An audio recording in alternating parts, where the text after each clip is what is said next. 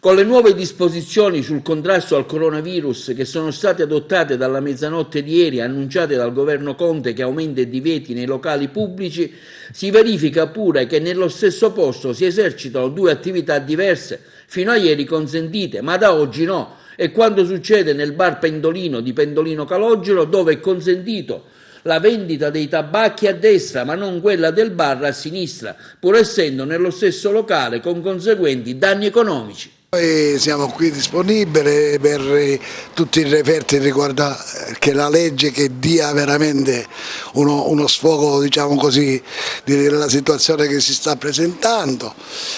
Però, come dire, speriamo che tutto vada a buona fine con la nostra collaborazione, con la collaborazione di tutto il nostro settore abbinato ai pubblici esercizi. Il bar è chiuso e noi nello stesso locale ci alterniamo, diciamo, con il servizio di tabaccheria. Più di questo non possiamo dire altro. La tabaccheria perché, diciamo, che servizi date? Cioè ricariche, tutto quello che normalmente necessita nel servizio dei tabaccai italiani. Questo di qua. Si sente la crisi, signor Federico? Certo che c'è, si vede già automaticamente, già anche senza questo fermo, diciamo così, di chiusura, già c'era il fermo totale, però noi siamo qui presenti. Quindi diciamo c'è anche una crisi dal punto di vista occupazionale, che lei aveva dei dipendenti al certo, bar, vabbè, ma non si piangono. Quanti dipendenti aveva? Noi qua abbiamo lavorate? 4 dipendenti, noi abbiamo, però ai fini non è questo il problema questo va risolto. Il problema è prima di tutto sulla salute di tutti, anche per i nostri clienti che vengono tutelati e che vengono veramente rispettati. Più di questo noi... Lei pensa che questi aiuti che lo Stato darà serviranno a qualcosa?